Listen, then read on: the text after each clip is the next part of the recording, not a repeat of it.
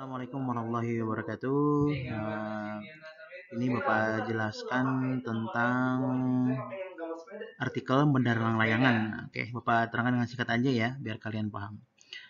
Orang Sunda teh boga rupa-rupa kaulinan. Orang Sunda itu mempunyai banyak berbagai macam kaulinan, permainan. Eta kaulinan teh muncul dina kehidupan masyarakat beh ditu. Kaulinan itu muncul dari kehidupan masyarakat zaman dulu. Jadi zaman dulu sudah ada permainan. Atuh munasabah lamun hirupna kaulinan teh luyu jeung kahirupan masyarakat na alam harita. Jadi munasabah sesuai kalau adanya permainan itu seiring dengan bagaimana kehidupan masyarakat di alam waktu itu. Jadi menyesuaikan dengan alam kehidupan di masa mereka hidup.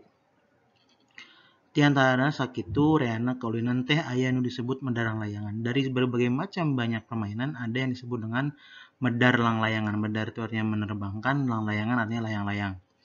Nyaeta lamun ditinggali luhurna jeung alus ulina langlayangan, tapi lamun diadukeun make gelasan nepi ka aya nu ngoleap eleh disebutna ngadung langlayangan. Kalau cuma dilihat dari menerbangkannya saja sampai tinggi, itu cuma disebut main layang-layangan.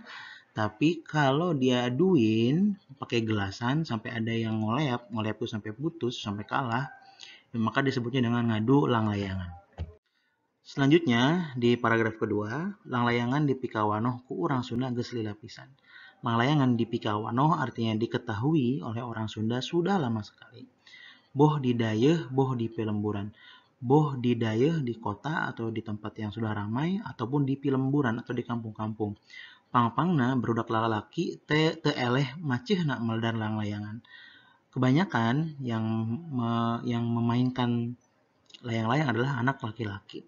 Lain ngan saukur berudak lalaki deui, tapi ti mimati rumaja nepi ka kolot resep medar langlayangan. Bukan hanya anak laki-laki saja, tapi dari mulai remaja sampai ke orang tua suka menerbangkan layang-layang atau main layang-layang. Sok sanajan langlayangan teh kaasup kaulinan tradisional, tapi nepi ka kiwari masih pada mikaresep. Walaupun layangan itu termasuk permainan tradisional, tapi sampai zaman kiwari itu sampai zaman sekarang masih banyak yang mikaresep, banyak yang suka. Malahan mah di Kabupaten Pangandaran tiap tahun sok diayakeun lomba medar langlayangan. Malah di Kabupaten Pangandaran tiap tahun selalu diadakan lomba medar langlayangan, menerbangkan layang-layang. Selanjutnya, di paragraf ketiga, ngapungkeun langlayangan memerlukan tempat anu lega. Menerbangkan layang-layang memerlukan tempat yang lega. Urang kota mah geus hampir beakeun lahan. Orang kota mah sudah hampir beakeun kehabisan lahan, kehabisan tempat. Ku kituna kapaksa aya nu ngapungkeun langlayangan teh di loteng atau dina suhunan imah. Terpaksa, walaupun begitu ada yang menerbangkan, ngapungkeun itu menerbangkan juga layang-layangan teh di loteng atau dina suhunan imah. Di loteng ataupun ya di suhunan. Suhunan itu semacam genteng rumah, itu terpaksa karena dia saking pengen mainnya. Tapi karena di kota tidak ada lahan yang luas, dia mainnya di loteng. Kalau loteng kan berarti sudah dicor. Nah, kalau di suhunan itu berarti di genteng. Yang di genteng terpaksa dia tetap main. Puguh bae kudu hati-hati. Pastinya harus hati-hati. Bisi kenurna ngabelit kana kabel listrik atawa telepon. Takutnya kenurna, tali kenurnya membelit karena kabel listrik atau kabel telepon. Jadi membelit kabel listrik ataupun kabel telepon pun kitu deui. Pikeun anu moro langlayangan kudu super hati-hati, dan itu juga untuk yang suka mengejar. Moro itu artinya memburu, ya, nyari langlayangan kudu super hati-hati. Harus super hati-hati sabab pabelit jeung patali marga di jalan raya.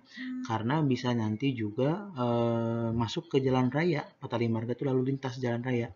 Mangkaning anu keur morong layangan mah sok balangah tanggah bae panon taranolih kana titincakeun. Karena kenapa? Karena orang yang suka mengejar layang-layang suka balangah. Balangah itu suka ceroboh. Tanggah bae, nggak mau tahu. Panon taranolih karena titincakeun. Mata tidak melihat kepada apa yang diinjak gitu. Jadi harus hati-hati. Nah, di paragraf yang keempat ini, urang lembur mah sasarina medar layangan teh di tegalan atau sisi sawah. Orang kampung biasanya bermain layang-layang itu di mana? Di tegalan atau sisi sawah. Di tegalan itu kalau di pinggir sawah suka ada tanah sisa itu namanya tegalan, di pinggir sawah itu. Kadi dienakeun barudak di lembur oge sok lalayan di sisi jalan atau di buruan imah nu rada lega. Dan juga ada juga anak-anak yang anak kampung itu bermain layang-layangan di sisi jalan ataupun di belakang rumah yang agak luas. Orok kaya sarua jeung di kota deui. Sakapeung kenurna ngabrik kabel listrik. Ya nggak jauh beda seperti di kota juga. Kadang-kadang kenurnya membelit kabel listrik. Lamun pakai tali gelasan, kalau pakai tali gelasan tangtuna leuwih seukeut. Kalau pakai tali gelasan pastinya tentunya lebih tajam. Seukeut itu artinya tajam, tur bisa menggatkeun kabel listrik dan juga bisa memutuskan kabel listrik. Anu ngabahayakeun kungsi sekali mangsa yang membahayakan pernah suatu waktu aya anu make motor, ada yang pernah pakai motor ngaliwat kanu keur madalang layangan. Sedang yang melewat ke orang yang lagi main layang-layangan sarta baheungna kerat ku kenur. Lehernya baheungna kerat itu artinya bukan kerat itu ya, kerat itu artinya kena kena kena kenurnya lehernya. Leheung keneh ku kenur masih mending kalau kena kenur. Palebah ku gelasan, kalau pakai gelasan apan leuwih bahaya bisa raheut. Kalau pakai gelasan bisa terluka. Begituna buh di lembur atau di kota ngapungna layangan mah tetap kudu hati-hati. Kalau begitu mau di kota ataupun di desa menerbangkan lang-layangan harus hati-hati. Lang-layangan di talian lebah dadana jeung buntutna. Layangan itu yang diketip sebelah mana? Sebelah dadanya dan buntutnya. Anu sok disebut tali timba. Nah, tali timba itu artinya tali yang diikat antara dada dan buntut layang-layang. Urana tali timba teh sangkan lang-layangan henteu berat sabelah atau gebeg. Fungsinya apa? Supaya layang-layangan henteu berat sebelah, tidak berat sebelah dan tidak gebeg. Biasanya kalau berat sebelah si layang-layang itu jadi nggak stabil ya. Lamun kekeh berat sebelah, kalau masih tetap berat sebelah, sasarina kudu disintingan belah gigirna. Kalau masih berat sebelah, maka cara mengakalinya dikasih sintingan, belah gigir dikasih pemberat dari kertas itu ya, buntut-buntutan. Maksudnya beratan ku cara napalkeun di kertas, dikasih pemberat dengan cara menempelkan lagi kertas. Malah anu teu berat sebelah oge ataupun yang tidak berat sebelah juga aya sok make sisinting kenca katuhuna. Jadi ditambah kertas tambahan untuk menghias di sebelah kanan dan kirinya. Da puguh katingalina lucu dan jelas saja terlihatnya lebih lucu. Jadi sisinting oge mangrupa papaes di dalam layangan. Jadi sisinting itu tali kertas yang panjang ditempel di kanan kiri layang-layang juga disebut sebagai papaes atau seperti hiasan di layang-layang. Lamun orang di paragraf yang terakhir yang kelima ini paling bawah, lamun orang rek ngalalanyahan ngapungkeun layangan bisa ku sorangan. Kalau kita mau menerbangkan layang-layang bisa sendiri, tapi kapaksa kudu-kuduan lamun keur henteu gede angin. Tapi terpaksa harus berdua kalau memang anginnya tidak besar.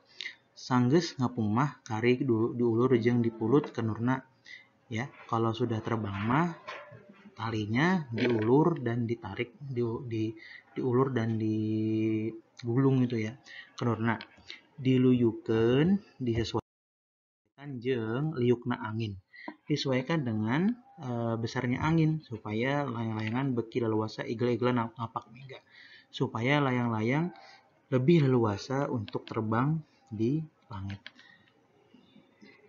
Sangkan layangan henteu lepas supaya layang-layang tidak lepas, kenurna kudu hade. Supaya layang tidak lepas, kenurnya harus yang bagus, ulah loba tumbu atau aya sambungan. Jangan ada tali yang ditumbu ataupun ada yang disambung, sabab aya kalana kenur teh ngadadak pegat tur lang-layanganna ngoleang teu kadongkang. Sebab ada saja kenur itu bisa tiba-tiba putus dan tiba-tiba terbang saja layang-layangannya. Umpama geus kitu tentu eta mah milik anu moro. Nah, kalau sudah begitu pastinya itu bukan milik siapa-siapa lagi tapi punya orang yang memburu layang-layang. Megat atau morong layangan teh disebut ngarucu. Nah, ini yang harus kita tahu. Megat atau memburu layang-layang disebut dengan ngarucu. Ari morong lang layangan mah kaasup rarasepan nu patali jeung madar lang layangan. Kalau memburu layang-layang itu termasuk dalam seseruan aja. Rarasepan itu hiburan yang berhubungan dengan menerbangkan layang-layang. Malah ada diantaranya anu saukur resep moro lang layangan wungkul. Malah diantaranya ada juga yang cuma suka memburu layang-layang, ngejar layang-layang. Tukang moro bakal panen upama loba anu kenur ngadu lang-layangan. Tukang yang suka nyari ngejar layang-layang bakal panen kalau banyak yang ngadu layang-layang. Ari ngadu lang-layangan mah tangtu pas seket-seket gelasan. Jeung papinter-pinter ngulin ke nana. Kalau ngadu layang-layang itu tentu yang tajem-tajeman gelasan dan pinter-pinter bagaimana cara memainkan layangan itu. Saha anu eleh, siapa yang kalah, gelasana ngajemprung tur lang-layanganana paturai jeung anu ngapungkeunana. Siapa yang kalah, gelasannya akan putus, tur lang-layanganana paturai jeung anu ngapungkeunana. Ya, lang-layangan juga akan kabur jeung anu ngapungkeunana. Nah, seperti itu anak-anak ya. Itu penjelasan dari artikel Medar Lang-layangan. Semoga membantu untuk menjawab di Pancan Mandiri halaman 17 tadi. Terima kasih. Assalamualaikum warahmatullahi wabarakatuh.